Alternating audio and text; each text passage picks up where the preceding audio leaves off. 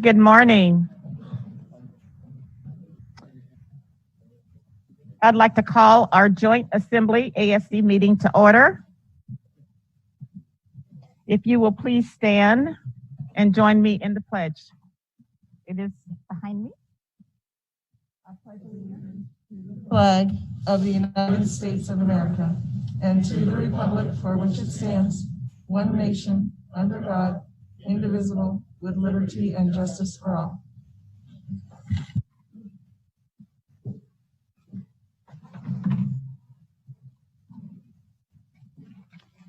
I'd like to proceed with our roll call.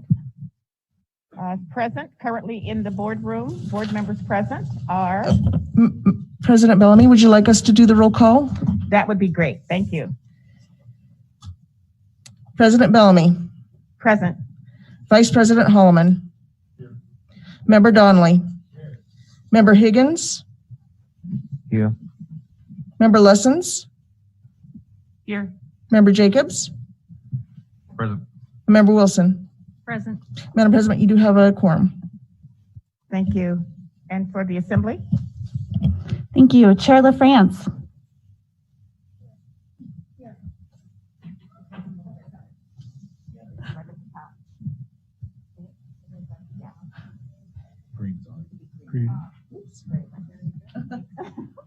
Here. Thank you. I understand Vice Chair Constant will be a little late this morning. Ms. Allard? Mr. Dunbar? Here. Ms. Kennedy is excused. Mr. Perez-Verdia? Mr. Peterson? Present. Mr. Rivera? Present. Ms. Quinn-Davidson? I do see Ms. Quinn-Davidson online. She is online. Mr. Weddleton? Here. And Ms. Zolotel is also online. Here. Thank you. I'm here, Jennifer. Sorry about that. Same. Christopher Constant is here as well. All right. Thank you. Next is our land acknowledgement. So before we begin, I would like to acknowledge with gratitude the Dena'ina people, past and present, who have lived on these lands since long before Anchorage was here. May we all be good stewards of these lands. Shannon. And that brings us to, first of all, I'd like to thank everybody for coming and for being online. We appreciate this time together.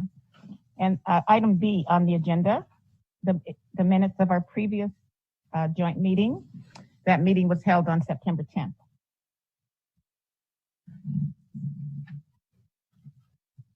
So we can have, I'm assuming everyone has had an opportunity to read them, review them. I'll accept a motion at this time. Move to approve the minutes of the meeting of September 10th, 2021. Second. Thank you. All right, moved in second to approve the minutes of September 10th, 2021. Are there any objections? Not seeing any, the minutes stand approved as presented. That moves us to item C, approval of the agenda. So I'll give you just a minute to, not a minute, a couple of seconds to just review.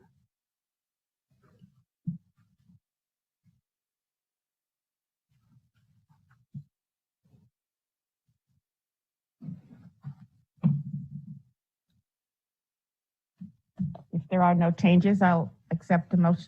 Oh, John. Hi, John.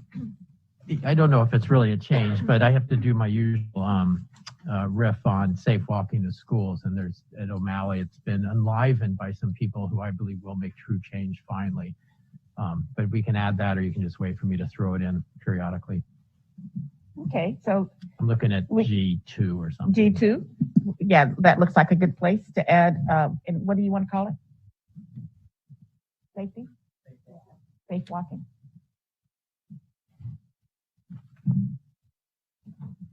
Any other changes, edits, additions? Yes. Assemblyman Dunbar? It's probably out of juice. No, I'm joking. We'll pass you. Pete, can you? Is it green?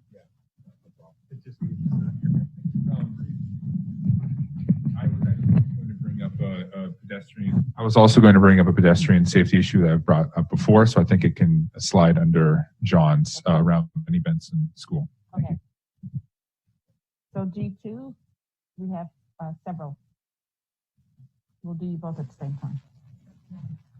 Yes. In the same vein, there was concern at Ocean View Elementary around the intersection of Johns Road about, well, it had to do with connecting ASD and the assembly. I guess the question is, how do we address these traffic and pedestrian school concerns around schools? Okay. So we have G2 on the agenda, and that's a safety walking, safety whatever. We'll try to pull it up at that time. All right, so we have one addition to the agenda, and that's G2. Seeing no others, can we have a motion to approve with that one addition? Madam President, move to approve the agenda with the one addition. Okay, is there a second? Second. Thank you. Moved and second to approve the agenda with the addition of G2.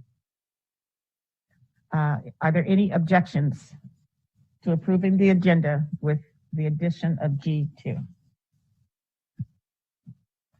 All right, seeing none, the agenda is approved with that one addition. And that brings us to item D1, which is our ESSER funding. That is an ASD presentation. Dr. Bishop. Thank you, Madam President. We have a presentation by our Chief Financial Officer, Jim Anderson. Thank you. Good morning, everybody. Slide, please. So we've provided a similar slide, oops, a little close, on the ESSER III overview before, so I won't read the whole slide. This has been a grant that has continued to evolve, and just within the past week or so, Dr. Bishop and I sat on a new briefing where they are going to implement a new by-school maintenance of equity test that includes all funds. There's still a lot of guidance to come out, so there is some minor changes with that. And I did want to point out that the procurement rules for this particular grant have become clearer, and that all procurements must conform with the EDGAR rules, the 2 CFR Part 200. So, and that by and large, that is competitive bidding for all procurement processes with some exceptions. Next slide. So ASD, much like what the Assembly did, had community input requirement last spring, early summer, and we did have survey monkeys, we had focus group meetings, and of course discussions during board meetings, and we did receive quite a bit of community input. In fact, we're still receiving input from everywhere, from the state government all the way down to local organizations as to how this money should be spent. Next slide. So real quick, we knew in September that we were going to have revenue shortfall this year, which we'll talk about in a few minutes, just because we had less students coming back to the district than what we had projected last January, February. And we also knew that the state had not adjusted the state's school funding formula during the last legislative session, which meant we knew we were going to have a pretty significant deficit at the start of the budgeting season this year as we looked at next year. And we'll talk a little bit about our starting point for projected deficits. So we intentionally went to the board in November with some requests to spend on some items that we wanted to start now on. And then we had $91 million out of $111 million left. And our plan is to, as we build our budget, to look at the use of ESSER III as well and submit the ESSER III plan in concert with the budget to the school board in February. And I'll let you glance at that real quick. I would like to point out that we're all aware that $91 million is a lot of money. And all around the state, again, from Juneau all the way through our mayor's administration and the community, there are a lot of people who would like to help us prioritize where the $111 million should be spent. And part of it is everyone is struggling with their own budgets at state and local level, as you guys are aware. But we also have private organizations who've come out and asked for everything from $500,000 to buy a building so they could set up shop and then better help our students along with the rest of the community, to other private organizations whose grants expired. So there have been an awful lot of requests going to Dr. Bishop. So far, though, as we looked at ESSER III rules, it really does have to be spent in education and not for community-wide needs. So if we can go to the next slide. Mr. Anderson? Yes. I think Mr. Perez-Verdilla, you have questions? I do. Sorry, I was trying to get in the queue on your first slide, but I wasn't able to. I'm so sorry to go backwards, but you went over it pretty quickly. I don't know what a by-school maintenance of equity test is. Could you just explain to us what that is? So that's a very good question, and nobody at the state level actually understands yet.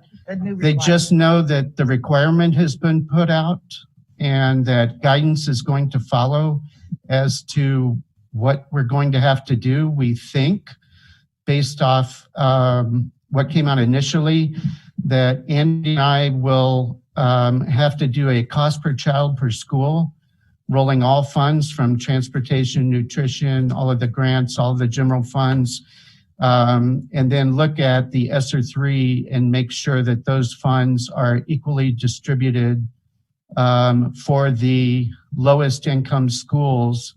Like one example, we believe that if you have a low income school, that you have to make sure that that school doesn't have less money than a school that doesn't have a large low income population.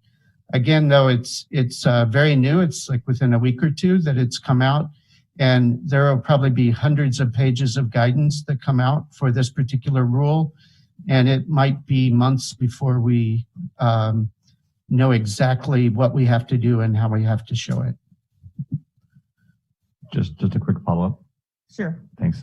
So understanding there's a lot to learn still, but it's about how we distribute the funds. It is. And in doing that in an equitable way and trying to come up with a metric to be able to distribute them in a way that aligns with whatever sort of framework or rubric that we have in that vein. Well, we think, because we already do this with Title I schools, every year we have to look at the amount of money that goes into Title I schools versus all the other schools.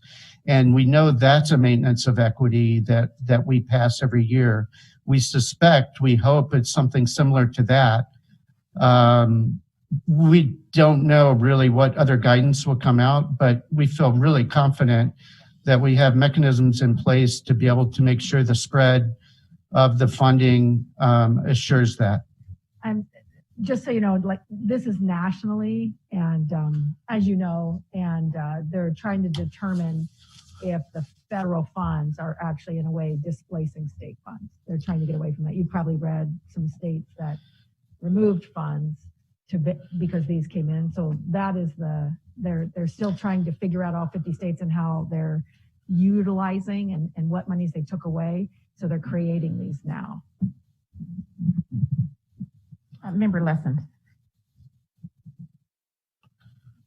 Thank you. To follow up on that question, so I just wanted to ask, will our Title I schools, which receive additional federal funding, will they be penalized in a way? Oh, not at all. No. Okay. Okay. Title I The schools, fact that they're already receiving additional funding is not going to be. the maintenance of equity means that lower income schools must and should, by design, get more money than schools that don't have high lower income populations.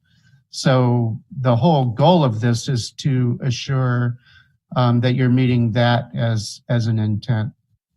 And again, we've done this for years. I feel pretty comfortable that we'll be able to manage this. But it is certainly a level of detail that we have to manage. All right. Thank you. Continue, Mr. Anderson. So the administration has been in the planning stages of the use of ESSER III now for several months.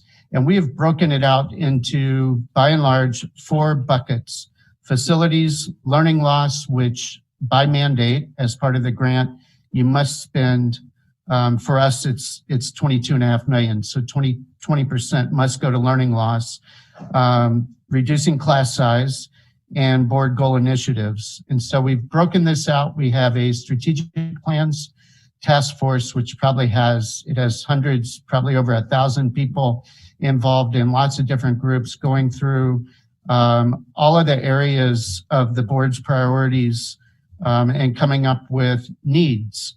So we've grouped these needs into these 4 buckets. And when you look at it, the initial cut list of all of the potential possibilities of using for ESSER III, you quickly realize that we have identified many, many, many more needs than what ESSER III will actually be able to fund.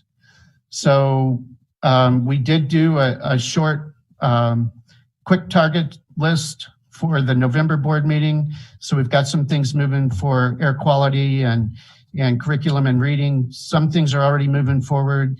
And we'll take these 4 buckets into the budget development process and come back with a plan for ESSER III. Quick reminder, ESSER III has to be spent by 30 September 2024. So we do want to spread what is in reality a limited amount of funding as far as we can towards September 2024. So barring any questions on this, if we go to the next slide, kind of show you where we see our spend timeline. The things that are more school safety focused, summer school, data assessments to help finalize learning loss initiatives and board goal initiatives, those things are kicking off now. And next school year and the year after is where hopefully we'll see the real focus on learning loss. I think we're still going to have to use some for reducing class sizes. And of course, our board goal initiatives really do surround learning loss initiatives as well. So we do see at least trying to stretch this money as far as possible. And I'll pause if there's any questions. Yes, Mr. Perez-Padilla. Thank you. Just trying to understand the metrics you're using to determine learning loss and the tools you use to do that. I'm familiar with summer school as my kids both were in summer school, but my understanding is that the tools used to assess them during that time aren't necessarily in line with the normal sort of formative assessments and summative assessments that we use within the normal school year. And so I'm just trying to understand what metrics we're using to determine what the learning loss was and how we're going to assess whether we're improving that or not. Sure. That's a great question. I can answer that. So if you haven't seen the board's monitoring, we do have, set assessments. And in the summertime, we actually do use the same ones. They're FastBridge, which are curriculum-based measures that you can see quickly. What summer school did generally with a curriculum-based measure, you do it 3 times a year. to just gauge. In the summer school, we did it weekly, which is called progress monitoring. That does occur in many of our classrooms for students who each week they're learning that you want to see if the instruction's working. So for about 1/3 of our students, that progress monitoring does go on during the school year. But that's what we use for reading. We also have curriculum-based assessments for math as well. Just a very quick, did what we do work. We are also utilizing what's called MAP growth, which we also administer 3 times a year. And we have generally some comparisons from last year, but as you know, lots of things were different. Kids took the assessment in a different place. They might have been home. Many parents opted out of it. One good news is that the state of Alaska did move to a MAP growth summative test. So what we used to call peaks is now an NWA product, which is similar. So we won't have to double assess them at the end of the year. They can sit down and smoothly within a few years be able to just utilize those formative data the same time of summative. So in addition to at the secondary level, we look at the actual learning. We also pay attention to their grades because at the high school level, it is about credits. That's the statutory requirement. But generally up through 8th grade, it is about understanding what they know and are able to do. And we can find that through curriculum-based measures called FastBridge, as well as other content, seeing if they know what they're supposed to know through MAP growth. And those are all online if you want to take a look at the students. Thanks. Just a quick follow-up. Thank you.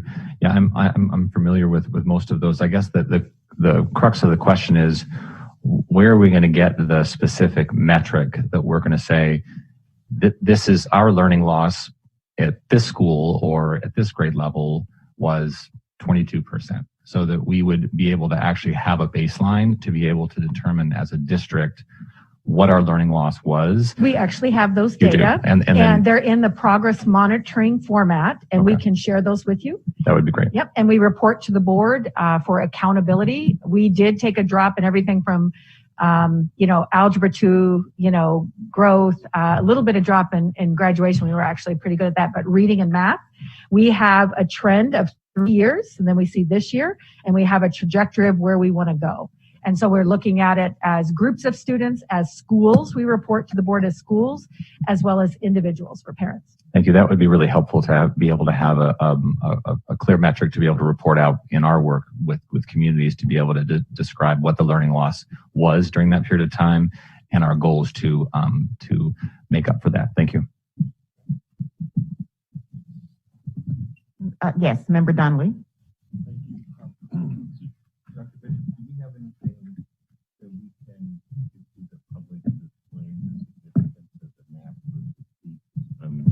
I know that was going on for years to try to merge those two to reduce the number of overall tests that we had to give to our students. We can get something out. We were going to do it right now. The teachers are learning about it. It's called AK Star. So that, the new assessment is called AK Star, but it is an NWA product. So the kids are going to be familiar with it already. We will get that out. Right now, we're working on getting teachers reacquainted. The state just provided, I think last week, their first statewide professional development. Those leadership areas, we're getting that. And so we're internally spreading that news, getting teachers comfortable with talking about it. And then we will do, as we move into the spring, an announcement to parents to have them feel confident that what their child is assessed on is something that they have used in the past and will use in the future. That's a good point. But right now it's internal. Last week was the first one for teachers. All right. Not seeing any more questions. We can continue on. Okay, I'll be handing over to Andy, who will start talking through revenue drivers. Expenses. We just finished our pro forma and brief to the board at this past meeting and went in detail. It's about 18 pages. If you're interested, we certainly could get you a copy of it. And it talks through all of the assumptions and metrics used to determine expenses and revenues. So I will hand over to Andy. Thank you. For the record, my name is Andy Ratliff. I'm the Senior Director of the Office of Management and Budget for the school district. So this slide really will start focusing in on what are our current revenue conditions, where we get our money, and kind of how that's going to be applied. The underlying drivers are the base student allocations. That's really is the big driver of how much money we can collect from the state, and then in turn how much we can collect in local taxes. That's remained at $59.30 since 2017, as is transportation funding. To a lesser extent, that's also remained flat since FY16, and the cost of those, both general education and transportation, has grown significantly in those times. On the expense side, even with flat revenue, our inflationary expenses, our annual deficit is about 10 to 12 million, and that's based on about 2% annual inflation in contract growth. Some of the offset that we have is through the state's foundation formula. There's a hold harmless provision. And the way this works is, I think there's probably some confusion around how this actually is applied, but if a district loses an aggregate school size adjusted average daily membership of more than 5% in a given year, then they're able to recoup 75% of that loss. But what happens is they set a base year. So for Anchorage, we in FY20 to FY21, we lost, I think it was around 11% of our students that year. And the state provided 75% of the difference between the loss. So the second year, they provide the difference between FY20 and FY22 at 50%. And then the third year, FY20 to FY23 at 25%. So that's how the hold harmless works and steps down until finally it's phased out. In practice, what this really looks like is on the next page, between there's going to be 3 columns here, are what we projected our original adopted budget for FY22, our current revenue, or our current ADM, and what we're projecting for next year. For next year, we don't have our detailed demographic projections yet, so we've used the students we have this year minus the one known adjustment. So in the ADM change, you see it's 20 ADM different. That's that first red circle between our current ADM and our next year's projection. And the reason for that ADM decline was the state has closed the New Path program at the Anchorage jail for those students that were in Anchorage jail and receiving services from Anchorage School District. So those students, the ones that were under 18, have been moved over to McLaughlin and are still receiving graduation type services. And then the ones that are still at the Anchorage jail that are 18 or over are receiving GED services from DJJ, I think. But the district is not providing any resources over at the Anchorage jail any longer. The second little circle there is the hold harmless provision. So you can see that stepping down from an ADM adjustment of a little over 1,600 to about a little over 800. So that's that step down from 50% to 25% in those 2 fiscal years. And just for reference, I think it was about $7.5 million or so that is going to be lost through that hold harmless adjustment going down.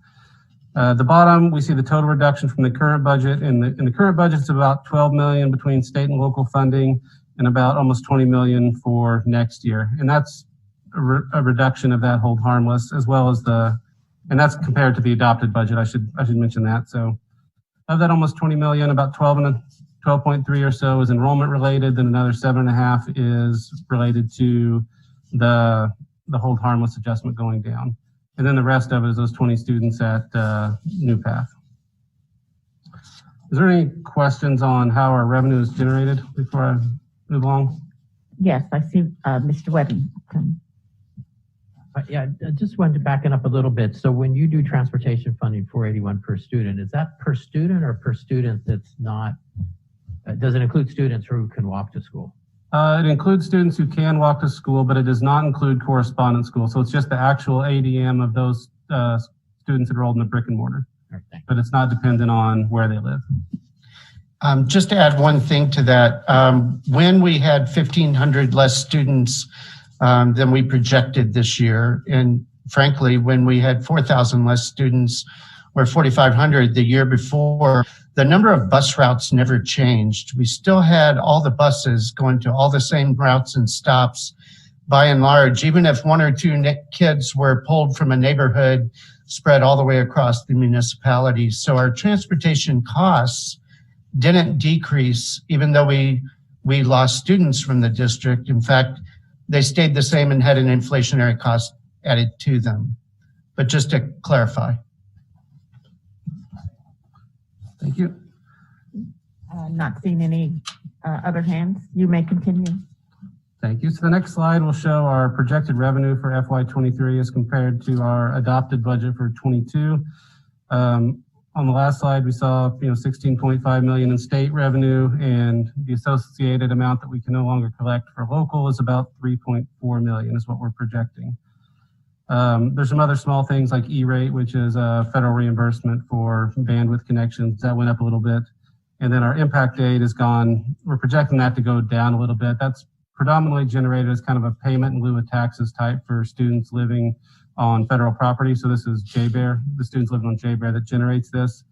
There's a few different bills going around in the federal legislation to either fully fund this program or hold it harmless based on FY20 student counts. So we're just kind of watching that and to see where it comes out. And if we need to, we'll adjust that on our when we prepare our actual preliminary budget. I would like to note though on the property taxes is that goes down, and we still we're looking at what we might need to shore up our pupil transportation fund as well. Last year we did, or for the current year, we did request property taxes to shore that up, and we expect we're going to need to do that again next year. But as this goes down, some of that may need to be pushed over into transportation to be able to continue providing those services to students. But overall, our budget deficit in our revenue side is going to be about 20.4 million as compared to what we had originally planned for in FY22. We have a question. Yes, Mr. Weddington. Thanks. So since we're talking about property taxes, there's a formula, right, that is for us. So we have a minimum, we have a maximum, and we've been doing the maximum. So we do that in April, and then you really have your calculations somewhat later. So did we collect too much property taxes in the past year or two? Yeah, so we requested the amount based on what we project at our FY22 budget. And if you go to the previous slide, on our current ADM revenue projections, that very bottom line where the local revenue decrease, that would be representative of the amount that we potentially over collected, or we requested more than what we could collect into our general fund. Now the district could still use that to shore up if there was additional needs in transportation, or if there were food service or capital needs. Those funds could be applied to those uses, but it cannot be applied into our general fund for general education. And to clarify, it works both ways. In the years where the district had more students show up in August than what we had projected, we would get more state revenue, but we'd already missed the timeline to get the additional local.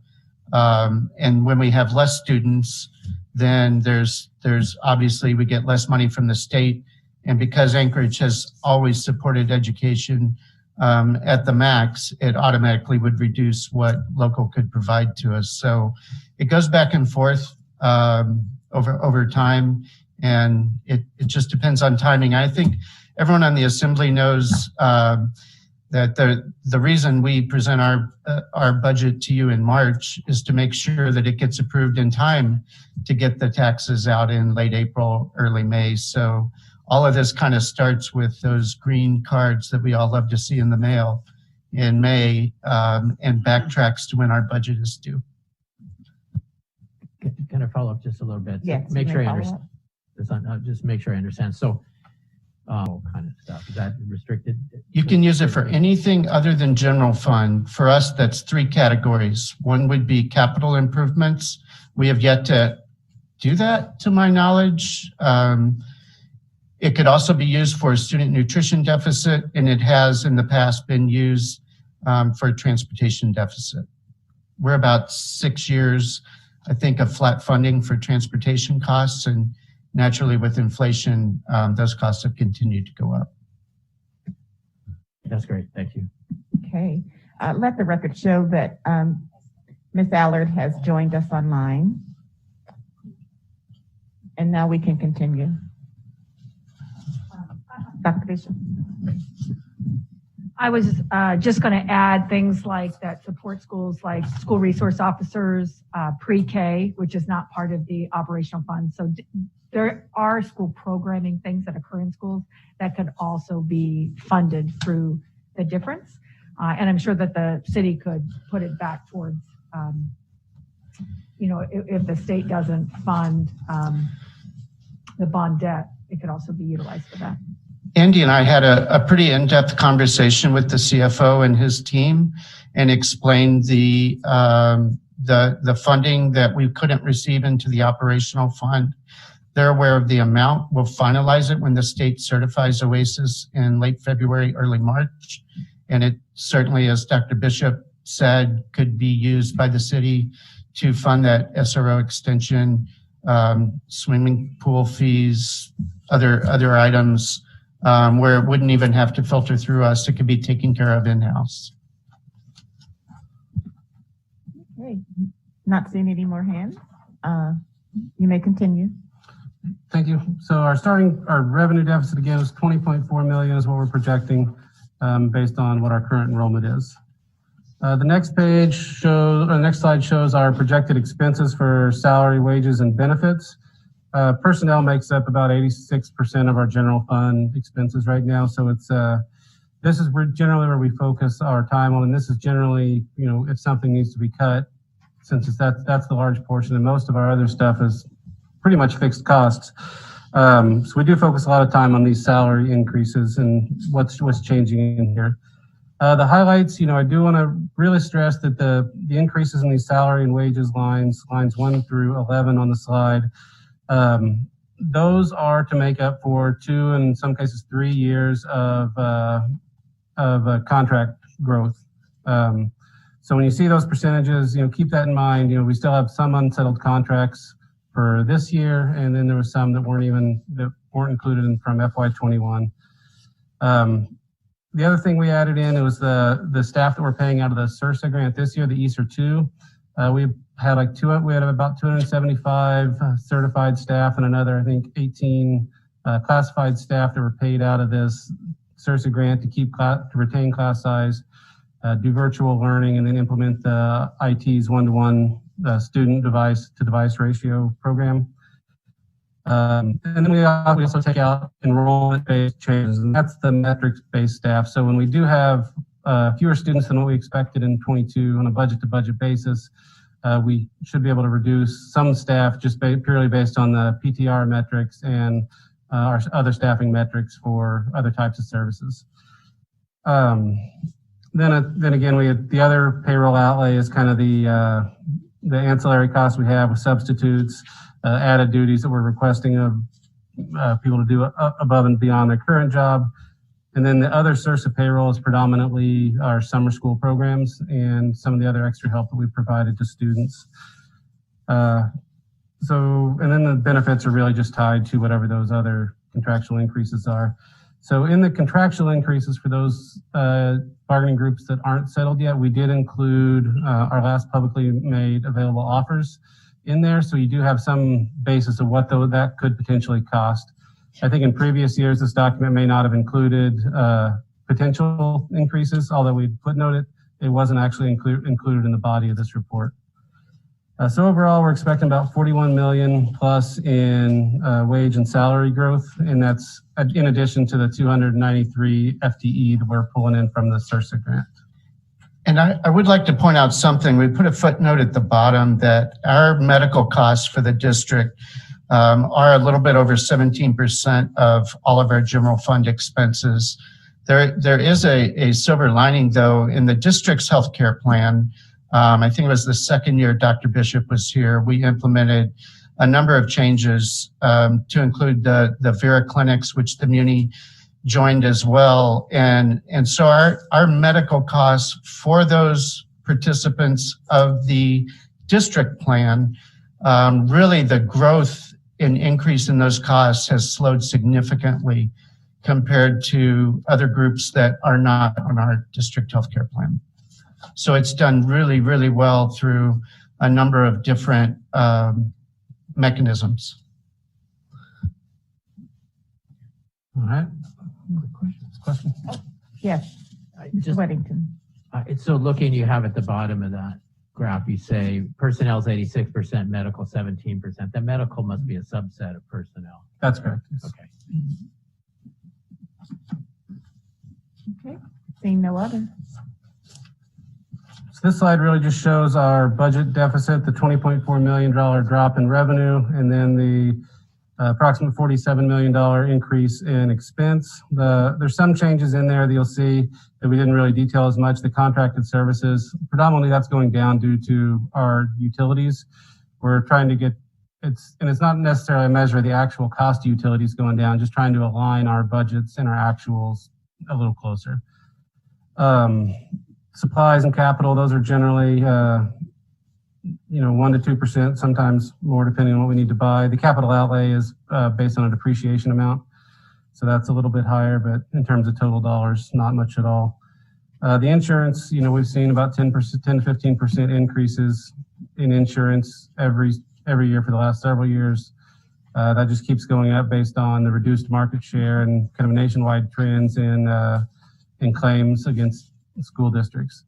So as we see that, we expect that to continue, although, that's hard to pin down, and we really have a hard time getting these quotes for insurance until, really late in the, May, June timeframe. So it's going to be unknown for another 6 or 7 months probably. The transfer to other funds, that was the money we used to shore up the transportation fund in the FY22 budget. We've taken it out for the purposes of this. Whether we need to transfer more funds next year or not, we'll figure that out the next month or so as we develop our budget. So that comes to about a $67 million. That's how we get to about a $67 million budget gap. And then, the note at the bottom is we still do have that $91 million in unallocated ARP funding, which could be used to shore up all or some of this deficit.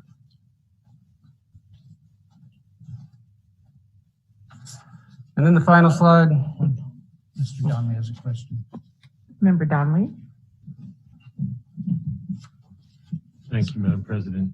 Andy, so the question I get asked a lot, and you've addressed it in bits and pieces here, is if the district's student population is going down, then why aren't our costs going down also? And so why are we incurring this deficit? If you were just talking to an ordinary citizen on the street and they asked you that question, how would you explain it? I'll start that question. When you do a budget in January, February timeframe, the Assembly passes it in March. It's based off projected numbers of students. So we built a staff for this current school year for close to 2,000 more students than what we actually had. But state statute doesn't allow for RIFs after the contract's been signed, and it's the day before the last day of school for non-tenured and a couple weeks before that for tenured employees. So that decision in May to hire someone sticks with you for the whole next school year. So what happens is we developed a PTR, we staffed accordingly. We now have 2,000 less students, but the same number of staff allocated. And so you're still going to pay that cost throughout the year, even if the students never showed up. So that's part of the reason why that happens on years like this. And that's why they had the hold harmless statute. The specific reason why they have the hold harmless statute has to do with the statutes regarding tenured staff and hiring of other staff. Like the next year, they're under a contract. People are under a contract.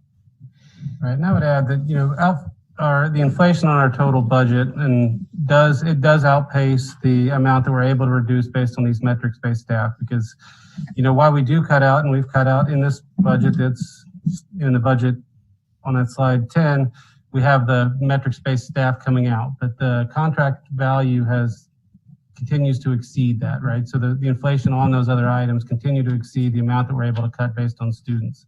So even all things being equal, if we were to have the same students, same staff going forward, we'd still have that inflationary increase and have to make those cuts. And then you have those fixed cost increases like insurance that continues to go up, not because of the district, but really we all see the news. Everything that's happening across the lower 48 decreases the number of insurance companies willing to insure school districts, and that increases costs. We still have to heat a whole building, even if there's 2 less kids in a classroom on any one hallway. You still have to maintain all the lights. So these costs, just because you reduce numbers of students for 1 year, there's an awful lot of fixed costs that still continue and still escalate up in accordance with inflation. And if you look at the last slide, this slide, actually we just built it this week, is a way to try to visualize education funding in the state of Alaska since 2011. If you look at the far left, you'll see a blue bar, and that is the base student allocation in 2011. As you look from left to right, you'll see that the blue bar does go up. A couple times the state tried to right size base student allocation, and since 2017, it's been $5,930. If you look at the orange bar, that bar uses the CPI urban for Alaska from the Bureau of Labor Statistics, and we took the FY11 BSA of 5680 and just use each annual inflationary number all the way through up until now. And so you can see that despite the state's decisions to increase BSA over time, where there's a huge gap between what the inflation did to the buying power of the 2011 BSA over time, and the difference in funding for what we get today versus what we got in 2011 is equal to about $63 million less in purchasing power. It's ironic, but not surprising that that's pretty close to our budget deficit for next year. I would add that FY 21 and 22, we assumed a 2% growth on inflation, not necessarily what's been trending currently. We just looked at historicals. All right, Mr. Perez Verdia. Thank you. So just going back to the previous question about trying to reconcile the number of students versus the cost and then the budgets. So what I'm hearing you say is that the reason that there is a difference between what we are estimating and what's happening is because there's a projection in terms of the number of students, and that projection ends up being wrong. But what I'm trying to sort of reconcile is the same question that was asked, because it's asked frequently. Why do we continue to spend more when we have fewer students?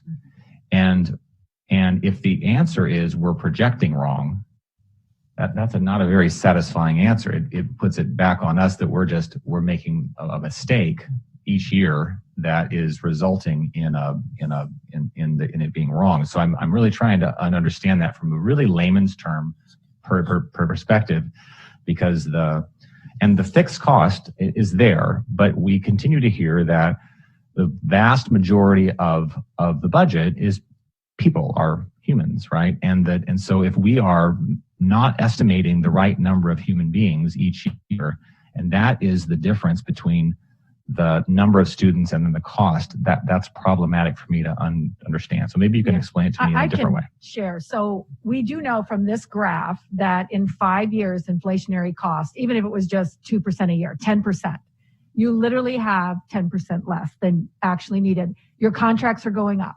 The assembly, at the end of your time, you vote for a separate amendment, same as the state. I mean, Mr. Donnelly's salary is thought of in the legislature. At the 11th hour, they will say, oh, we need to put this much money in for our contracts. That happens at the local government level and the state. For school district, it doesn't happen. It's all through the BSA.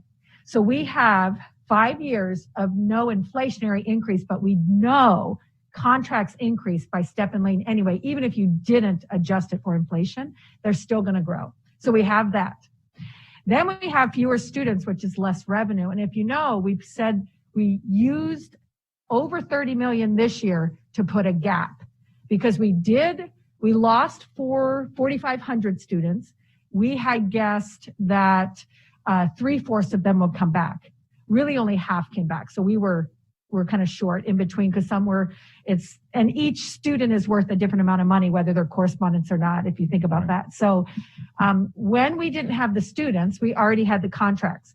We also deliberately made the decision to use the funding to keep the teachers in because we just didn't know if the students were going to come. Now, next year, the pro forma is just about saying if we wanted to continue to do that without affecting class sizes, it's going to be more money because it keeps increasing.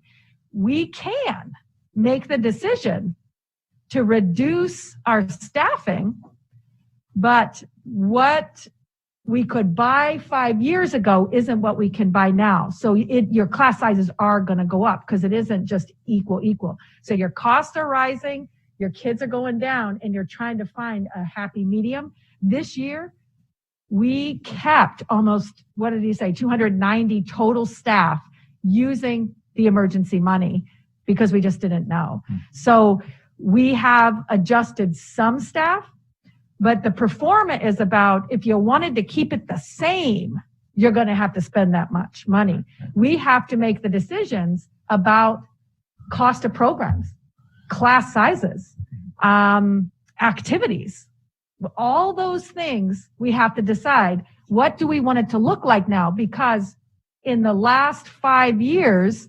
inflation has increased, just say 10%. Cost of doing business has outpaced that. So it is about decisions, and it is about enrollment, and it is about revenue. But it comes with tough decisions. But the pro forma, which we highlighted, was to say, we got to get serious about this because we can't continue to keep spending without changes in revenue. And if I could, I'd like to add on to that to answer your specific question about projecting student numbers. So the first year of COVID, when it was the Friday before spring break started, and we canceled every trip planned within the next 12 hours as people were getting ready to pack their suitcases, we had done our projections in January based off historical data, not knowing that COVID even existed. And so there was a pretty significant traumatic event across the world and nation. And so that fall, we were over 4,000 students off. But it's because in January, we had no clue what COVID was, although I'm sure somewhere in the world people knew. So this next year, if you think back to last January, when we were building our budget, we were doing 1,000 shots a day in the Ed Center at the largest vaccination site in the state. And it was pre-Delta variant. So we really did have high confidence that we were going to get a large percentage of the population vaccinated before the end of the school year. And in fact, we were still feeling quite confident in the summertime when summer school was mask optional and we didn't have to close a single school. And then our friend Delta arrived. And so we couldn't have foreseen the Delta variant and the choices that families had to make as to whether they were comfortable in allowing their kids to go to a school building. There were parents who weren't confident we'd be able to keep schools open, so they kept them in other programs, whether it's private schools or homeschool programs. So part of it is in the last 2 years, there's been so many ups and downs that would have been impossible to project with any metric, historical data point, to know in January all those things that are going to happen. Thank you. Ms. Allard? Thank you, Madam Chair. So I'm not sure, maybe Jim Anderson can answer this. So my question is, there's 870, and maybe I'm in the wrong spot for this question, but we are talking about numbers. There's 800, and correct me, Jim, if I'm incorrect, 876 million in the budget. Is that accurate? I believe that's close to our upper limit spending authority. Okay. So then we have 110 million that's supposed to come from the federal government. that would put our, what's that? That includes all grants to include ESSER III. Okay, so is the 870? If we were to spend all of ESSER III, we would have the ability to spend that out. Okay, so we have it also includes, okay. I just want to ask, let me ask the question and then I want to circle. So it's 876 million. Then we get the 110 million from the federal government, which puts us at over $1 billion for our budget. And then it could almost be that $2,500 goes towards each kid for approximately 5 months of tutoring or other aspects. Like I pay for my kids to be tutored because I don't know what's going on with our education system. And my kids are like in pre-calculus and things like this, but it's concerning. So can you, now I'll say, and I think you were trying to, now can you explain, we're going to have a budget for our ASD school district over $1 billion. How do we explain that to the community as they pay 60% of their property taxes towards the school district? Thank you for that. The 878 million is inclusive of what we plan to spend for the ESSER III money and whatever remains in ESSER II. So it's not going to be over $1 billion. That would be just what our projection is in total for upper limit spending authority for next year. All right, thank you. And Member Allard, it also includes in the grants, capital grants, where we put a placeholder in case we receive state funding for capital grants. In the last several years, we haven't actually received it, but we need a place in the budget that gives us authority to receive funds. So when you look and do a deep dive of the grants, a lot of the grants, we do have to put wedges in order to receive. UAA does the vast majority of their budget based off a receivable of income. So the number, if you look at our annual finance review, you'll see that what we budget, when you take those placeholders out that aren't met sometimes, it's certainly much less. Thank you. I appreciate that. Thank you. Member Holloman. Thank you. I just wanted to touch back to Assemblymember Perez-Verdia's question, because I've worked with this for decades, where I've talked to people about the school budget. One of the things a lot of people forget is that we operate out of almost 100 different locations. And so if you have an elementary school, say, that loses 4 or 5 first graders, 4 or 5 second graders, 4 or 5 third graders, et cetera, you can't necessarily cut anyone from that building. You can't take the steps that actually save you money. And of course, when that happens across the whole district, we're still faced with that. If all the kids would leave from one building, then we could do some things that would make our budget sort of follow the number of kids exactly. But unfortunately, I think the bus system was an excellent example of that, where we lost a lot of kids on bus routes, but we still had to run the same number of routes, the same number of times a day. It's not until you get a concentrated focused loss in one area that you can actually make the sorts of adjustments. And we unfortunately cannot shuffle, kids from building to building or change boundary lines on a whim. Those are pretty major things to people's lives. So very often, I think people think about the scale. They think about the Anchorage School District. They think of their school, their kids' classroom. They don't and these numbers seem huge, which they are. But when you look at the total operation, I think it all makes a lot more sense. Can I follow up just real quick? Yeah. Yeah, I just wanted to follow up. So I really appreciate that. And I would just say that, and you've been doing this for a long time, and you know that you go to a community council meeting and you get that question over and over and over again. And I will just say that the questions, when they're asked, they sound really logical. Why are we spending more money and we have fewer kids? What's going on? Or you get questions like, what's happening with our education system? If we're spending more money, why am I getting worse results? Whatever, these kind of sort of questions. And I know there are good answers to them. And so I would just sort of encourage the school district to maybe even work with some of our communications folks. I'd love to see a 1-page that hits a few of these talking points to say, why is our budget the way it is?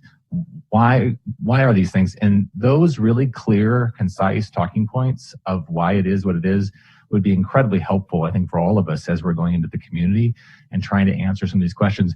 Because to be honest, a 3-paragraph answer to a 1-sentence question is really hard to process. And so anyway, I just want to encourage us to try to figure out, these are the same questions we've heard for years, but I think we, and I include myself, struggle to give real clear, concise answers that are understandable and accessible to folks in the community. Thanks.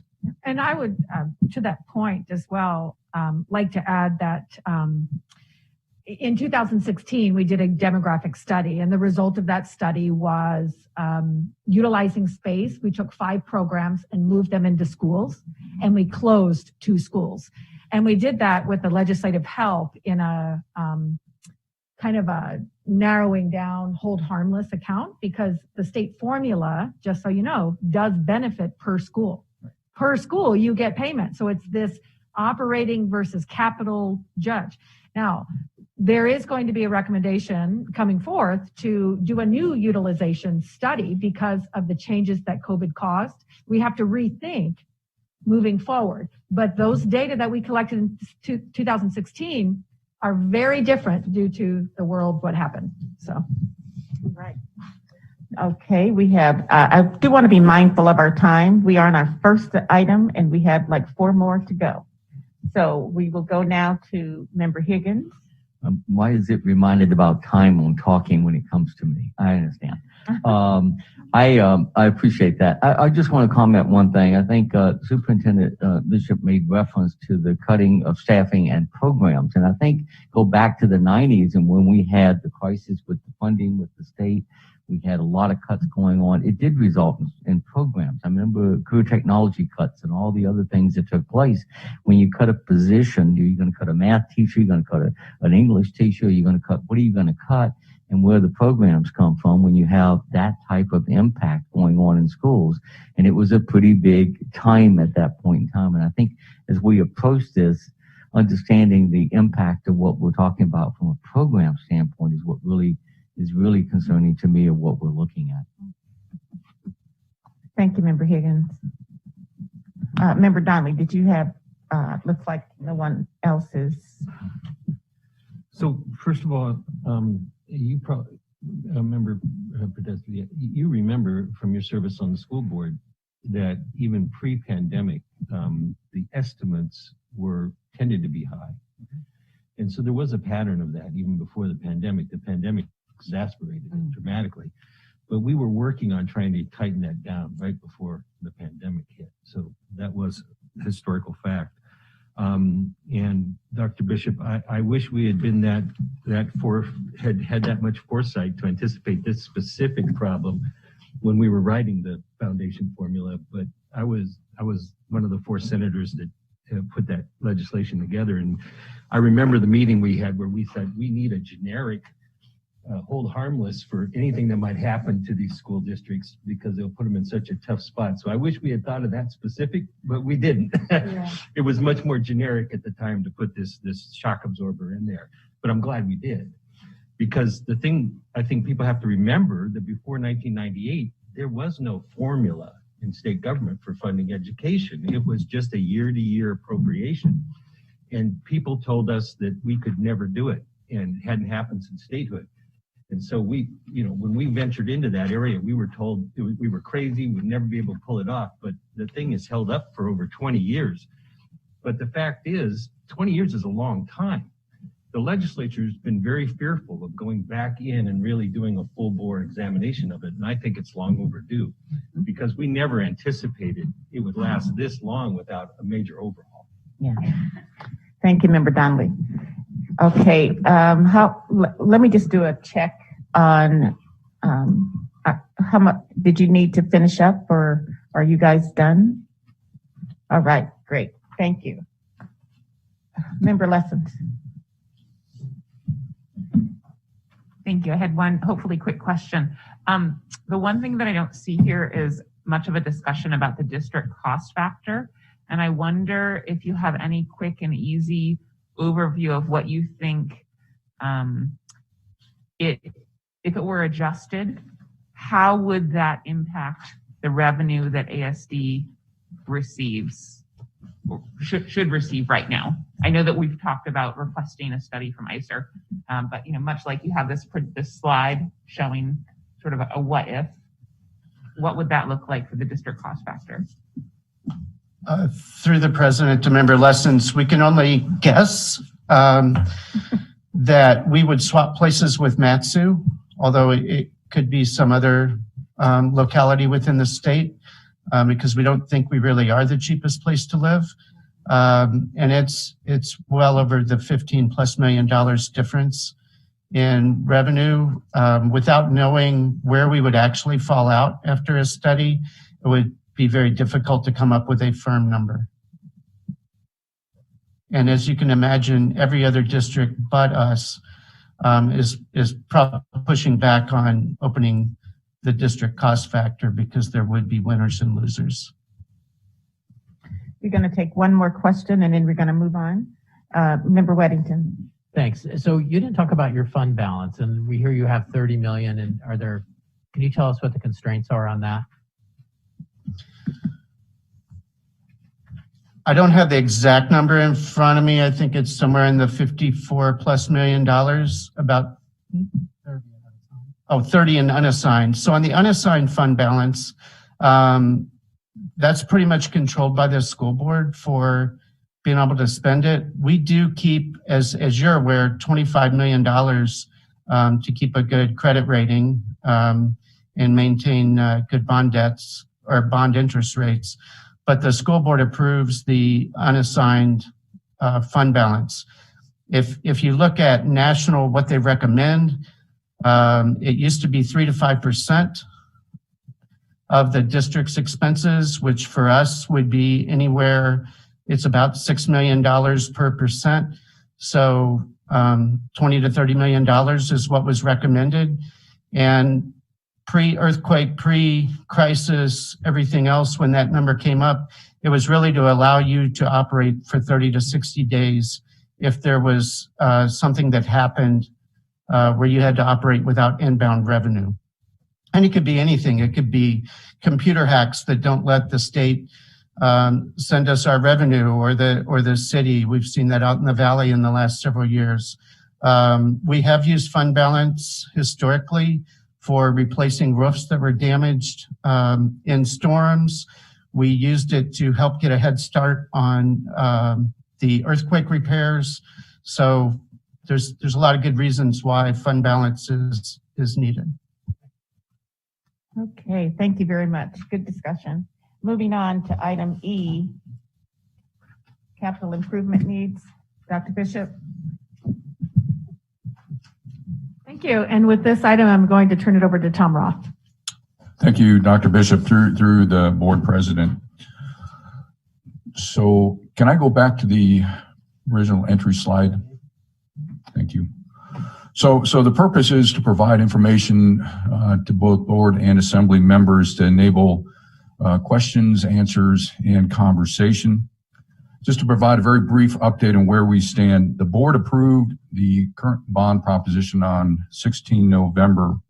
From that, the administration forwarded the bond to bond council for their review and subsequent drafting of assembly ordinance language, and then language that would go on the April ballot. This assembly ordinance was returned to the administration. We forwarded it to the city clerk this week.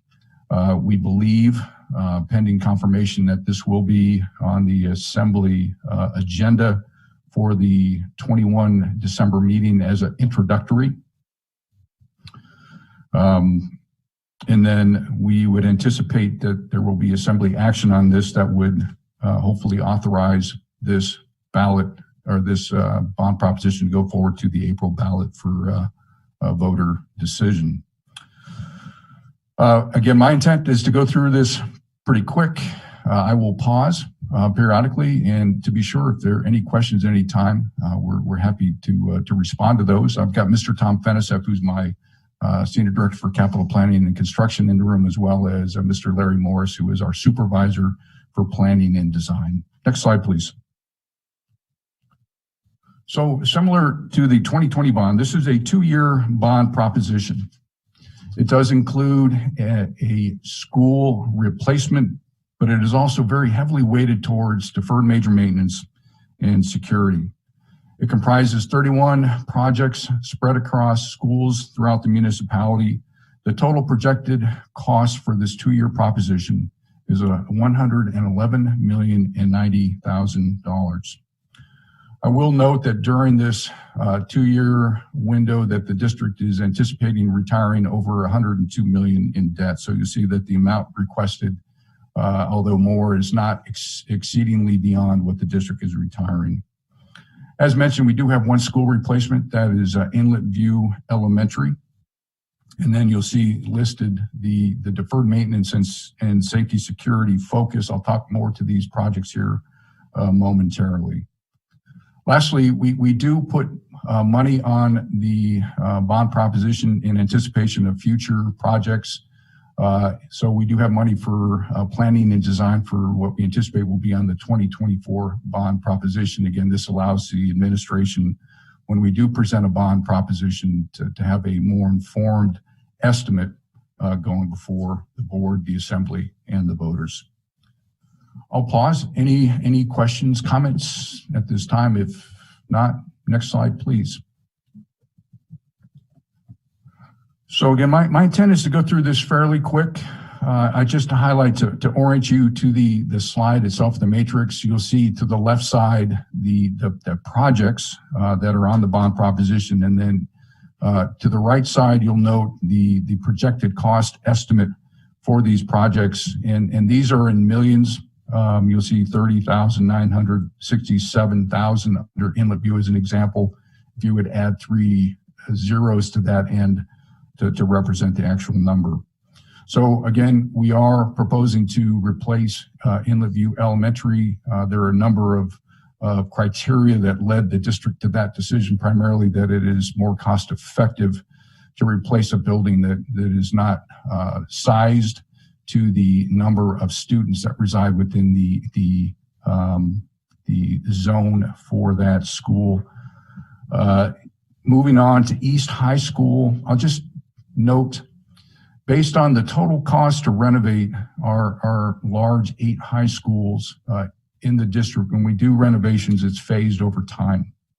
And this represents a 3rd phase in an ongoing renovation to East High School. This particular one is focused on safety improvements, primarily within the academic area.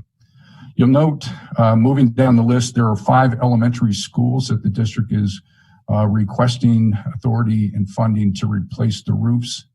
These roofs are beyond their design and useful life, that it's appropriate at this point to replace those. Those also are inclusive of seismic upgrades to the roofs as a part of the replacement. Moving down that list, we do have Birchwood Elementary School in need of a boiler replacement. From there, prototype elementary school roof repairs for 8 of our prototype elementary schools. Our schools, just to very briefly summarize, there are some design limitations, particularly with regards to drainage from the roof system, as well as collection of condensation beneath the roof, that we are looking at a designed and engineered repair to those schools to minimize or eliminate the risk of building damage. Moving down, $16 million for security improvements to 16 of our elementary schools. By way of background, going back to Parkland, there is an emphasis and an effort that has been supported by the Anchorage School Board to improve the physical security of our elementary schools, to better enable the administrative staff to manage the inflow of individuals into the building. So these represent comprehensive improvements to that end state. Some of the schools, as you can imagine, those built in the 70s and 60s, 50s, that they are not designed to a threat that exists today, that we are looking to, in some cases, move whole office complexes from what is in the middle of the buildings to a location that better allows the staff to observe parking areas as well as access into the building. The next two below that, you'll see two buildings, the maintenance building as well as Ursa Minor Elementary, where the district is requesting that we do roof restorations, not roof replacements. In some cases, we have roofs that have signs of degradation but have not degraded to a point where they're not restorable. This is significant because it allows the district to extend the useful life of our roofs 20 to 25 years under warranty at about 30% of the cost. So we are proposing to add two schools for that purpose on this bond.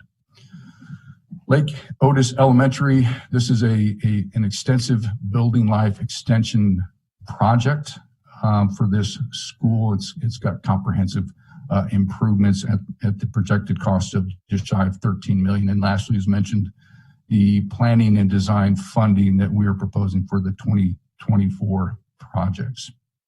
The total amount, again, the projected cost for all these is $111,090,000. At this time, Madam President, I will pause, and we're happy to entertain any questions. Thank you. Mrs. Alatel. Thank you, Madam President. I am curious if Abbott Loop Elementary is reflected anywhere here. It was my understanding they were waiting either a roof replacement, and as well they are on, I believe, a waiver from the fire department. And last time when we spoke about bonds before the year that was skipped, I believe they'd been in line for some improvements. Any update would be appreciated. Through the president to members, Alatel. Thank you for that question. So I believe it was in 2017, the voters did approve a bond project for Abbott Loop to install a fire suppression system. The district is moving forward to implement that project this coming summer. Great, thank you. Were they also in line for a roof replacement? I have a vague recollection of that, but I might be conflating the two projects. Through the president to members, Alatel, no, that was not a project for Abbott Loop. Okay, thank you for the clarification. Not seeing any more questions at this time. You may continue. So next slide, please.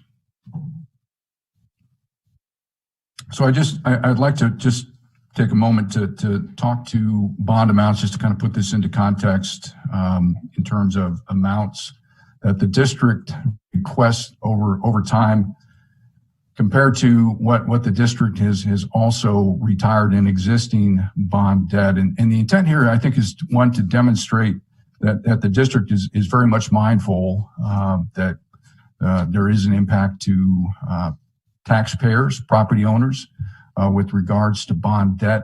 As I think all members of both the Assembly and Board know, back in 2015, the legislature did act to suspend bond debt reimbursement, and we know that again, free just upfront that from that point on, any bond approved by voters, whether it's for the municipality or the district, represents a 100% payback for the cost of those bonds.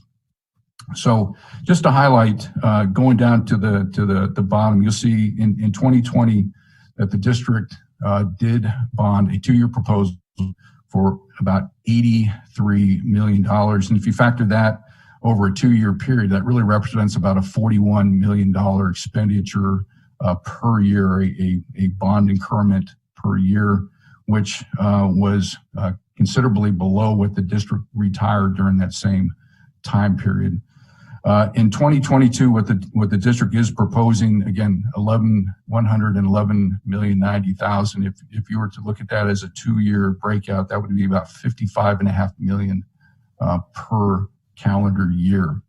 That, if you look at the remaining bond years through the years, really starting in FY12, is pretty representative of what the district has asked the public to support. Likewise, the buying power of $55 million in 2022 is not what it was in 2012. So we're recognizing also that even though the amounts may be the same, what that money is buying today is not what it was 10 years ago.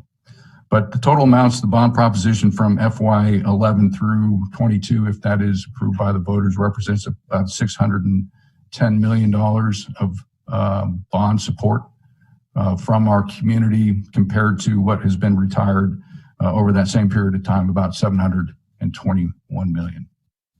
Again, I'll pause for any questions or comments. Member Donnelly. Thank you. The members of the Assembly should be given a heads up that on the district's new 6-year plan that was just recently adopted, there's a statute, a state statute requires the district to have a 6-year plan.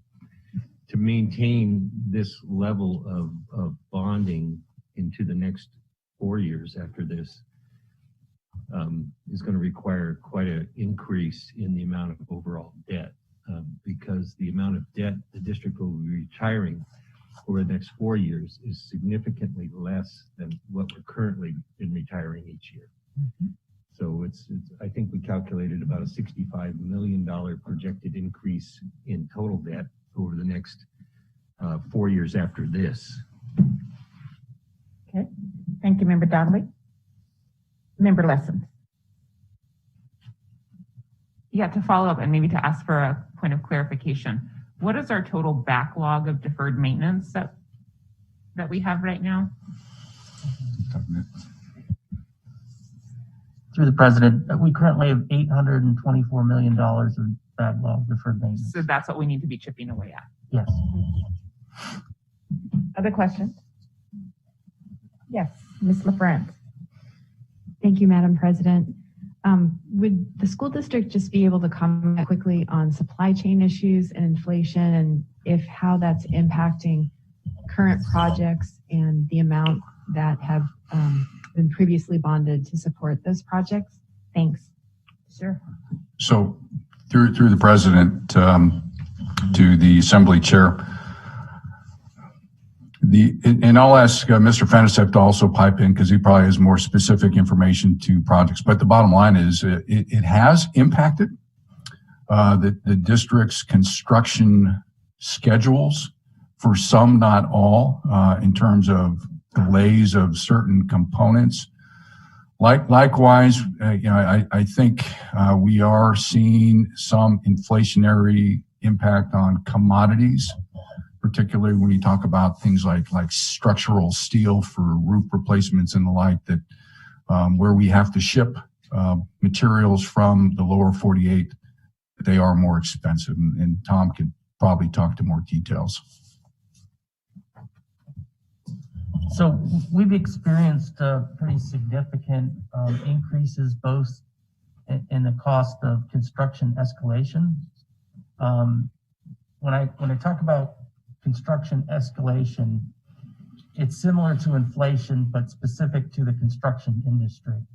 So normally we expect about 3.5% escalation any given year. It changes. Last year was significantly higher at about 7%. So what we've been seeing is that's been reflected in our bids. So also from the production and the supply side, we've had several projects delayed already for specific items because the suppliers just don't have them because they're getting them from the producers. So yeah, we're experiencing some issues with those. So, we have to be very conservative in how we're doing our cost estimates because there's a lot of uncertainty in the market right now. Thank you. Seeing no other questions, let's continue. Actually, this is Mr. Constant. I have my hand raised, but sorry about that, Mr. Constant. Thank you, President Bellamy. Just two things really. One is first to say thank you to the Capitol team who's helping us all navigate the shoals of the Inlet View conversation. It's been quite challenging, and I want to thank you all for including the school in the bond proposal because the school just really needs to be rebuilt with sewage flowing into the parking lot and into classrooms. the idea of spending all that money to just repair doesn't make any sense to me. So I want to first say thank you for helping us navigate that. It's been going on for quite a bit. And I have been telling folks, and I hope I've been telling them accurately, that the inlet view process has actually been run in the same manner as pretty much all the other school construction projects, in the sense that you do the outreach, you panel the board, the panel, and that this one didn't go any differently, that we've already been through the process and now we're going through it again with a broader scope. Is that a fair statement? Through the president, yes, I believe that is a fair and accurate statement. Thank you.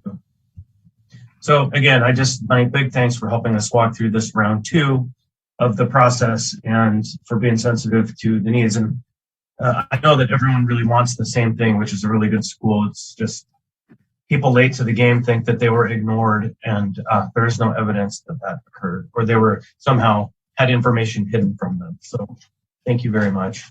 Okay, thank you. All right. Mr. Ross, you guys, are you done? Madam President, we're complete in terms of information. Happy again to entertain any questions. Okay, thank you very much. So we're going to move on now to our next item. That would be item G, the pool status update. And I think we will start with, are we going to start with the Muni or with ASD? Just for my clarification, Madam President, talking about the pools. The pools, yes. So ma'am, I'll they requested it. Let's let the Muni speak first. Thank you. Thank you, President Bellamy. This one item we asked to put on the agenda to get an update on how the Muni's budget may have impacted the pools, and particularly since in this group here, we've also talked in the past about efforts by ASD to offer swimming, given the high incidence of drowning deaths in the state, and largely due to cold water in so many bodies of water.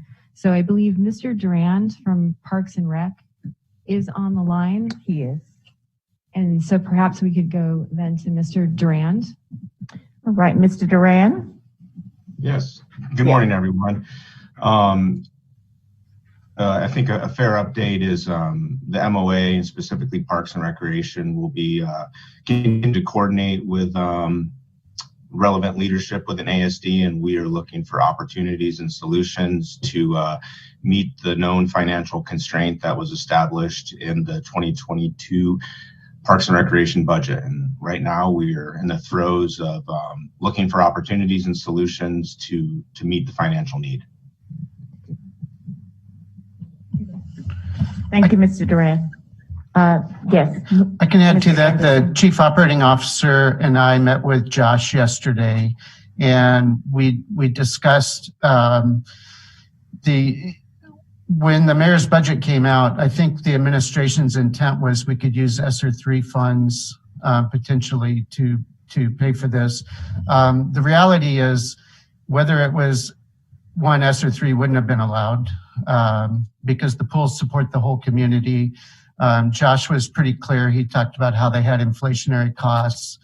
But the intent was for ASD to pick up the operational cost increase for the entire community. And it's just an inappropriate use of K-12 dollars to pay for what would be shared increased costs for private swim teams and clubs and all the other users of those pools. And I think we both understand where we sit right now on what would be a proper use of K-12 funds. We discussed spreading fee increases for everybody who uses the pools to include ASD. We certainly believe we should pay our fair share if fee rates have to increase, but so should all those other organizations that are not part of ASD in order to make up for what is a structural deficit in pool operational costs. Thank you, Mr. Anderson. Ms. LaFrance, you have a follow-up? Thank you, President Bellamy, and thank you for the update. I appreciate that the district and the Muni continue to work together to address these issues. And not to put Mr. Holloman on the spot, but as I recall, you had been working on a program to expand access to swimming instruction for students. And I don't know if how these challenges impact that effort, or if that effort has been sidelined. Thanks. Member Holloman. I'll say it was a small personal political vendetta on my part. And it was simply that for some of the assembly members that may be more recent, that I think about 7 years or 8 years ago now, the district dropped all of its regular swimming classes because pool rental made swimming the most expensive class we taught in the district, because I don't know what pool rental is. I know it used to be $300 an hour. That was in 1996 when I, as a science teacher, rented it at Diamond High School. And the result is a lot of kids don't learn to swim. And being someone that spends time on the water, likes boating, in a state with so much shoreline and so many lakes, I just feel like it's a critical thing. A lot of states take this very seriously. I believe Palmer makes everybody take swimming. I've been told that may just be a rumor, but I did because I had the microphone at some candidate forums, asked a lot of people that are running for assembly and the mayor if they would work to have the city provide pools for swimming classes at no cost to the district. We have people that can teach them, and it generates a labor pool for lifeguards for the city, and generates customer base looking into the future to where pools could be viable. So it seemed like an all-around win-win. But so far, the cost coming back from the city has just been prohibitive to where it hasn't moved. COVID came along, the earthquakes came along, it's been busy. But I hope people will look at it and try to find a way forward. And in particular, it's poor kids that don't learn to swim. It's kids from families that don't have a lot of extra resources. My kid knows how to swim. He was always going to learn one way or another. But so many children in our city don't get the chance. And their first real effort at swimming comes when somehow accidentally they're in water over their head. And that's just tragic and terrible. Thank you. Ms. LaFrance, follow up. Thank you, Madam President, and thank you, Mr. Holloman, for that update. As someone who grew up in Palmer, I benefited from a very robust Red Cross swimming program that was offered as part of our PE because of the concerns concerning drowning deaths. And I know that there are so many other issues and so many tough decisions, as the superintendent mentioned, that I think it's really easy to kind of think of this as sort of a fluff item. But I think that what you said, Mr. Holloman, is true. Otherwise, so many students, kids will not have access or opportunity to learn to swim, which is a critical life skill, I think, up here. So thank you for including this on the agenda. All right, thank you. We're going to move on to item 2, safe walking. Mr. Weddington. Just a moment for me to gripe, I guess. When I left my house to come here, I passed by a group, maybe a dozen or so kids waiting for a bus, and they all look happy and healthy. It was pretty nice. And I think they are destined to grow up to be amongst the 67% that are obese and COVID, because we're sickly people. And that's because we train our kids that the only safe way to get from your door, your house, to anywhere is to be in a metal box and carried there by a machine. And it's tragic. We need to develop our kids that first choice is to walk or ride a bike. We should do that. And we all kind of agree that, but we do not do anything to make that happen. And we tell the kids, you have to get on a bus. Those kids could walk, and the time they wait for that bus, they could walk to Hanshu or Spring Hill. There's a Safeway right up the road, sidewalks. It's a tunnel directly from where they are. But they're told, you have to take a bus. And it's tragic. And we have a tremendous group that was so frustrated when we rebuilt Abbott Road, and this is DOT, and they can't cross the street to get to Service High. And these are high schoolers. It's dangerous because at the time they need to go there, there are cars speeding down there because we build the roads, DOT in particular, move more cars faster. That's the goal. And we ignore people walking. And we make unhealthy people because of this. And now we have O'Malley, second stage. It's been planning for 20 years. I was chair of the community council when it all started and asking, how are they going to cross the road? How are they going to cross the road? There's 20 years of asking for this. It's being built now and will be finished tomorrow with no crossing to get people from the north side to the south to O'Malley Elementary. There is simply no crossing. It'll be wider, it'll be faster with the new design. And who's to blame? We can blame DOT. I have fun doing that. I do it frequently. But every project goes to the school district for comment. And comment should demand that there be accommodations. And there are ways to do it. You can slow it down. And I understand that the traffic zones aren't all about pedestrians, more about cars, but that's a start. More lights. You make accommodations. You can put an island in the middle that it is so well known. Or crossing guards. I mean, there are 100 different things we can do. We simply don't do it. And what do? We have fat, sickly people dying of COVID because we create that society. Anyway, thank you. But we have a group who is really concerned about the O'Malley one. And I am so excited that they're smart, they're motivated, and I hope finally we can have some success. Thank you. Okay. Thank you. I'm assuming that was just a comment, right? No question. Okay. Thank you. You'll ask a question. Okay. So let's move to Mr. Dunbar. Thank you, Madam President. And so I'll bring it up again. About 2 years and 2 months ago, a student at Benny Benson High School was struck and killed at on his bicycle going to school at the corner of Campbell Airstrip Road and Tudor. Yesterday, we had another fatal crash about 200 feet from there up the road.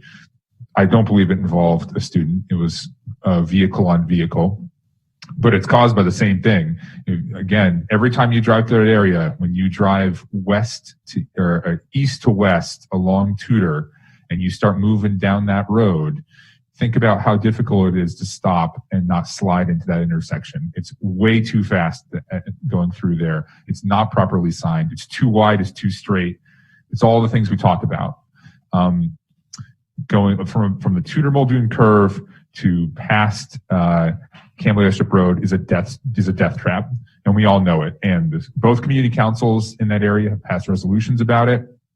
And we have a school right there, a no school zone, because it's not a neighborhood school. It's what's the term? Alternative school, or it's not a charter school. It's Benny Benson. It's an alternative school for kids who frankly really need help too.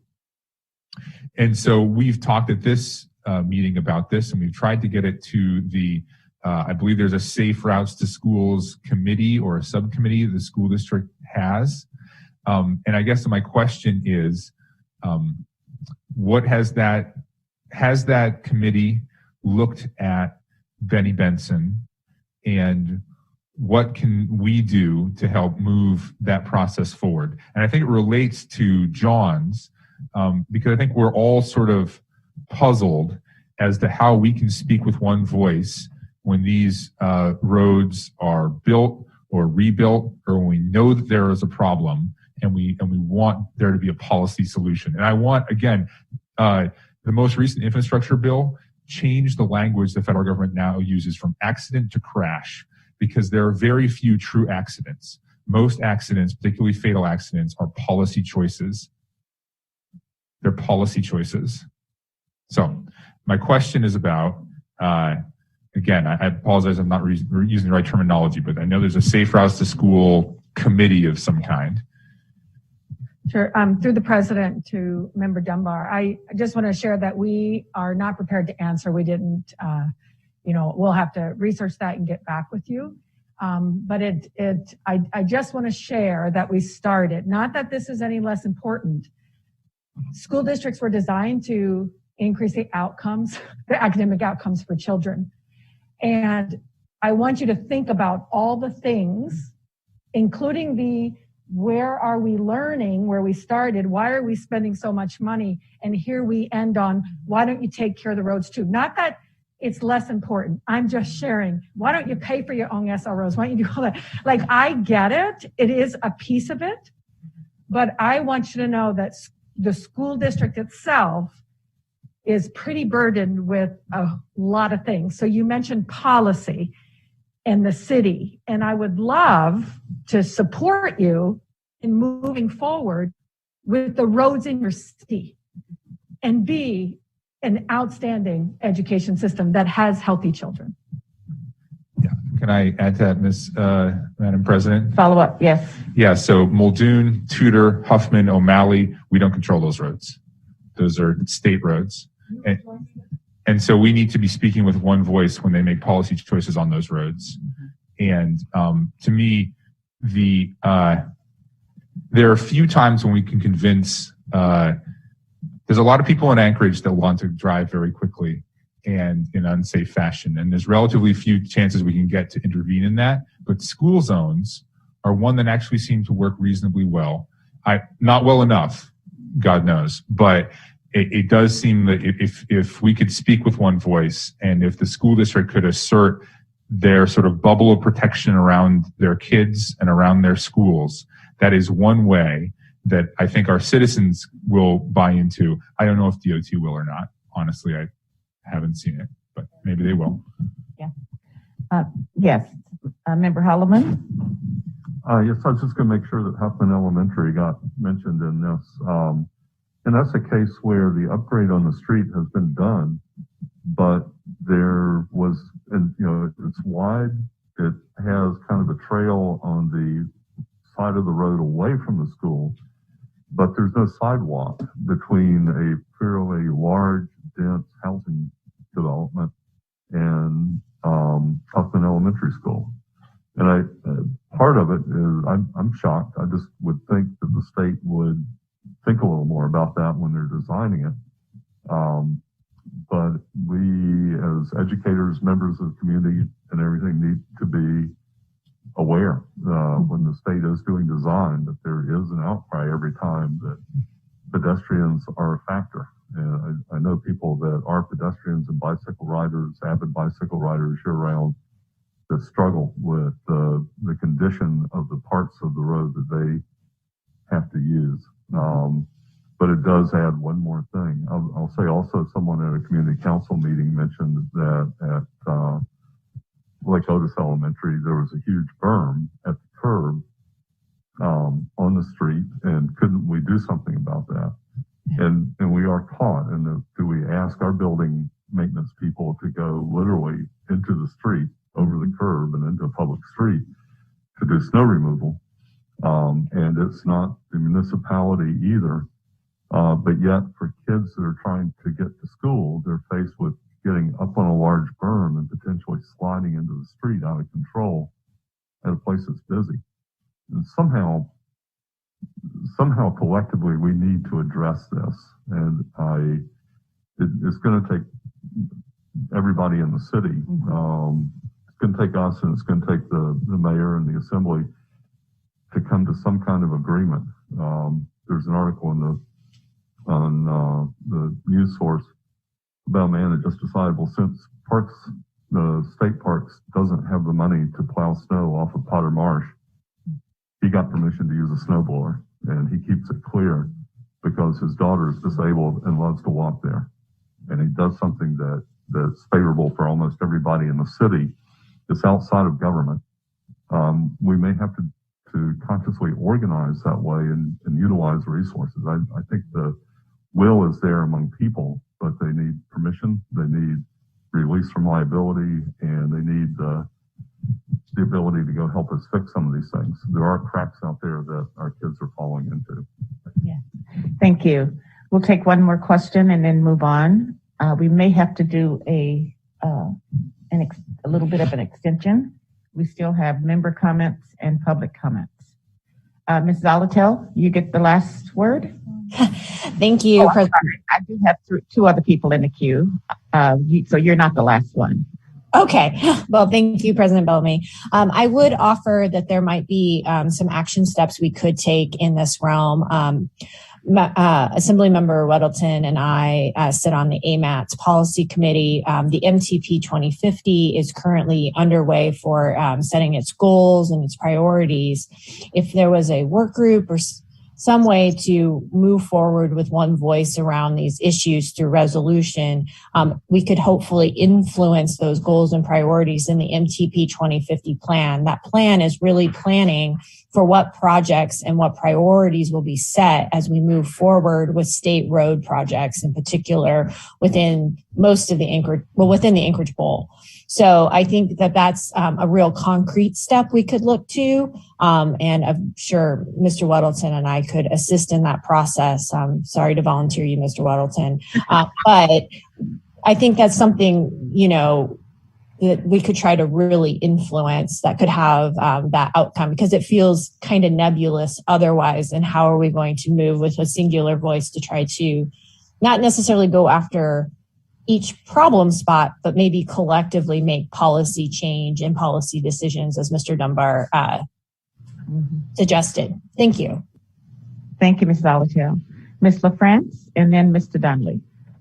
Thank you, Madam President. And Ms. Zalatil got at what I wanted to address. And thank you to Ms. Benecleson for distributing a resolution that the Assembly had passed in December of 2019 in support of addressing dangerous street crossings. And I understand too, actually that is AR number 2019-440 as amended. And then the district had, or the board had passed ASD memorandum number 081-2019-2020. But the question as to how to move forward in a collective voice, I thought that ASD had a representative on AMATS. No, or did I miss? No, okay. I think maybe we had a conversation prior about how to create some kind of group, or that was one of the items on the resolution, to work with the board and district and to ensure that the district is part of the conversation in multimodal transportation planning and design efforts. So thank you. Yeah. And we're happy to do that. Maybe we can you send those documents to us as well? Member Donnelly, and then we will move on. Yeah, I was also going to suggest the municipality has a majority on AMATS, and we could use that municipal majority to exert a lot of pressure on this process over DOT if they're not providing needed pedestrian safeguards. I think that AMATS has a very large say in that process and might be able to, that's an existing governmental entity that really could be utilized for this. Thank you, Member Donnelly. I'd like to extend our time about 10 minutes so that we can get our member comments in as well as our public comments. And then I did see you, Felix, so just hold on 1 minute. We can extend. Move to extend. Is there a second? Second. So we'll thank you. Any objection to extend to the motion to extend our meeting to 11:10? Wait, no. Yeah, 11:10. Okay, seeing none. No objections. We'll go a little bit longer. So, Mr. Rivera, did you have your hand up? Okay. I'm actually good. Okay, thank you. All right, so that brings us to our member comments, and we'll just go around. I'm going to start to my right today. Mr. Donnelly, comments? I just really appreciate the opportunity to get together with the Assembly and thank them again for their support of education funding, and really acknowledge that our community is one of a small number in the state that puts the maximum local contribution into our schools. That's allowed. I think there's some serious questionability to the current state law that limits the maximum at where it is right now. And there's a lot of national litigation about that. And we ought to continue to explore adjustments to the state education formula because I don't think Anchorage is being fairly treated right now. Thank you, Member Donnelly. Ms. Perez-Padilla. No comment. Thank you very much, everyone. Thank you. Mr. Rivera. Thank you, Madam President. A couple things. First is at a recent Anchorage Assembly meeting, we did approve a first slate of Youth Advisory Commission appointments. So those youth should be hopefully meeting soon. And so I'm looking forward to providing updates on that. And at some point, we should hopefully get a youth representative to the Assembly as well. So looking forward to engaging on some of those prior conversations that we've been having at this meeting. And then second, I'm also looking forward at some point, I realize it wasn't on the agenda for today, but looking forward to continued discussions regarding the SRO program. Thank you. Thank you very much, Mr. Rivera. Member Jacobs. Thank you, Madam President. I wanted to express appreciation for everyone taking time out to attend today, and I hope, I want to thank staff as well for the detailed presentation. I hope the meeting was beneficial in providing some context regarding our fiscal situation in light of the conversations that the Assembly has both been having and we'll have later today, potentially. I know that I, as a board member, can say that I look forward to partnering with the Assembly on a number of issues going forward and am here ready and willing to be a resource and an advocate. So thank you. Thank you. Member Lessons. Just a very brief thank you to Assembly members, especially on the Budget Committee, for their hard work in making things happen. Okay. Thank you. Mr. Weddington. Thanks. You always do really great presentations, and I learn a lot, so I appreciate that. And you've got the best sound system. If only we could do this at our meetings. Thank you, sir. Member Higgins. Just start with thank you to the Assembly with the support that we've got financially and the SRO vote and the issues with that. I think the biggest challenge we have right now is outside this group. I agree with Mr. Donnelly when it comes to the issue of the BSA and where we're at with the cost of living data has changed. The last Anchorage schools are being impacted by it and our kids are. And we just have to deal with that issue on a state level as well. But I hope that we're united on trying to deal with that. Thank you. Thank you. Member Wilson. I'll be brief. I just wanted to say thank you to the Assembly members for your support and continued collaboration. Thank you. Member Holloman. What she said. Okay. Mr. Dunbar. Thank you, Madam President. Just want to say thank you to the school board and to the staff for hosting us, and I look forward to our next meeting. Thank you, Madam Chair. Mr. Peterson.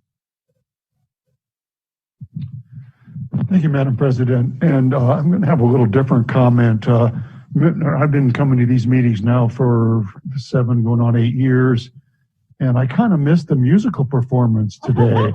You know, typically we've got a class that's got the chorus here and there, you know, entertaining us, and we get to be proud to hear, you know, and see the performance, and hopefully, and I'm not sure why that didn't happen today. Maybe it's COVID related, but maybe next time we have one of these meetings here at this facility, we'll be able to be entertained again. Thank you. Absolutely. Thank you, sir. Ms. LaFrance. Thank you, President Bellamy, and thank you to the administration for the presentation and information today. And I just wanted to acknowledge that in terms of that you have a very full plate, and express gratitude to the superintendent and to members of the board and to members of the administration, because districts are asked to do so much to do more and more with at best flat funding. And I think that you managed to do so much is nothing short of miraculous because of in how we've discussed how essentially flat funding is less funding. So thank you. Thank you. Dr. Bishop. I just want to express my gratitude as well and hope you all enjoy a holiday season. And I just want to just follow up with a real quick thank you, thank you, thank you. And make sure you received a copy of our community update. There's several things in it I think that might be of interest to the community, which will include the superintendent search timeline between now and March, the end of March. So, and there will be more information coming. We've already discussed the bonds, but I really do want to give my gratitude to the Assembly for the amendments to address the, the shift in funding. It's still a shock to my system, but we're going to move forward and we're going to make lemonade out of these lemons, but we got to be real creative and it will take all of us. We also have online, Ms. Zalatel, do you have any comments? Thank you, President Bellamy. Express my thanks for the meeting. And actually, I'd like to say thank you for school board members going to community council meetings. It's very informative and very much appreciated by the community councils.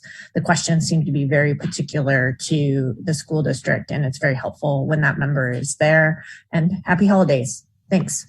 Thank you. Ms. Quinn Davidson? No comments. Okay, no comments. Okay, Mr. Constance. Similarly, I just want to say thank you to everybody for all your hard work and happy holidays. Thank you. And Ms. Ms. Allard? I think that's all of our comments. Okay. Did I miss anyone? No. Okay. All right. So then thank you guys. That brings us to our final item on our agenda, which is our public participation.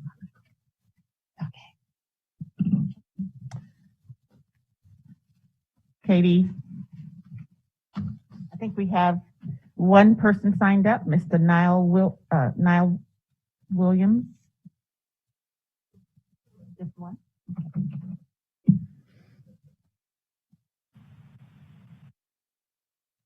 Hello?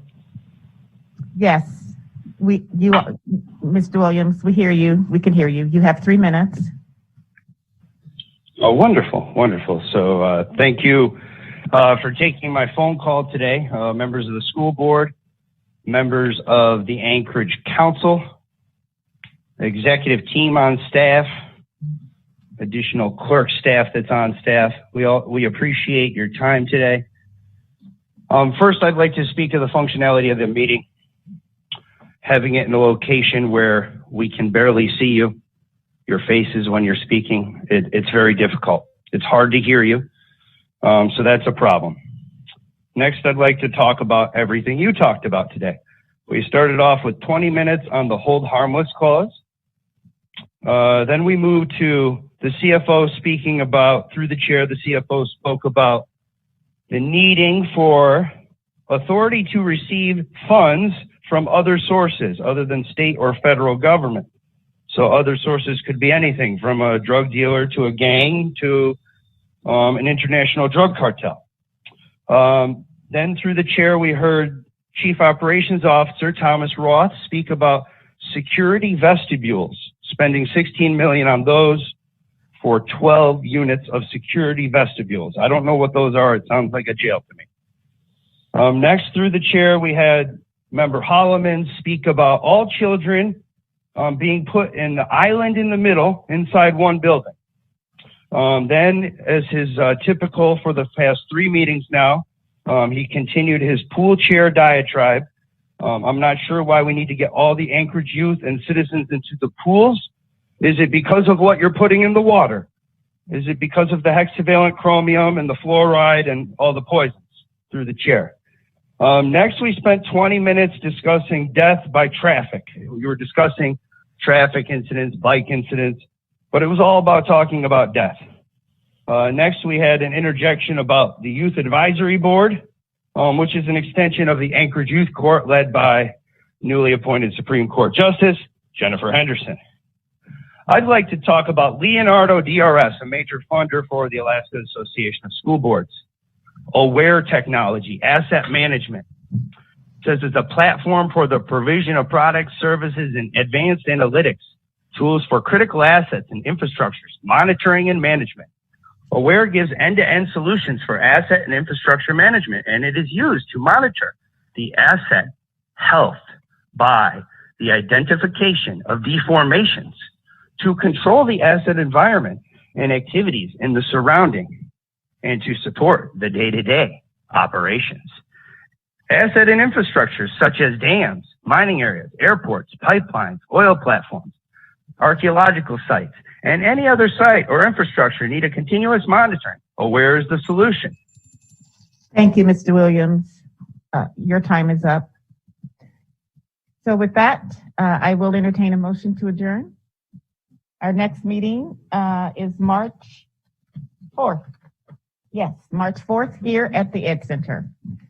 Motion to adjourn? All right, thank you. Second?